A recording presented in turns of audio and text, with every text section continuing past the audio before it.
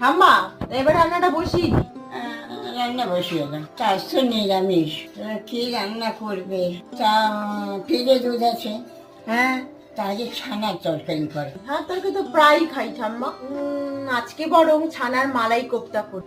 মালাই কোফতা? সে আবার কি করে তো করবে? বাটিতে প্রথমে জল নিয়ে একে একে টমেটো, কাজু বাদাম, চার মগজ, কয়েকটা এলাচ আর শুকনো লঙ্কা জলে ভালো করে সেদ্ধ করে ছেঁকে নেবো। এবার মিক্সির বলে একটু খোয়া ক্ষীর আর দুধ দিয়ে একটা পেস্ট বানিয়ে নিয়েছি। একটা লাগবে সেদ্ধ আলু, একটু খোয়া ক্ষীর, এগুলো গ্রেট করে নিয়েছি। আর এই যে দুধটা কেটে ছানাটা বার করেছিলাম, ভালো করে ডলে সবগুলো মিশিয়ে তাতে সামান্য লবণ, গরম মশলা গুঁড়ো, ছোটো ছোটো করে কেটে রাখা কাজু কিশমিশ দিয়ে ভালো করে ডলে ডলে মেখে এরকম গোল গোল বলের আকারে শেপ দিয়ে নেবো। ওদিকে তেলটা গরম হয়ে গেলে একদম অল্প আছে বলগুলোকে লাল লাল করে ভেজে নেবো। এবার তেলটা কমিয়ে নিয়ে ওই তেলের মধ্যে কাশ্মীর লঙ্কার গুঁড়ো, মশলার পেস্ট, নুন, চিনি, গরম মশলা গুঁড়ো আর দুধ দিয়ে গ্রেভিটা বানিয়ে নেবো।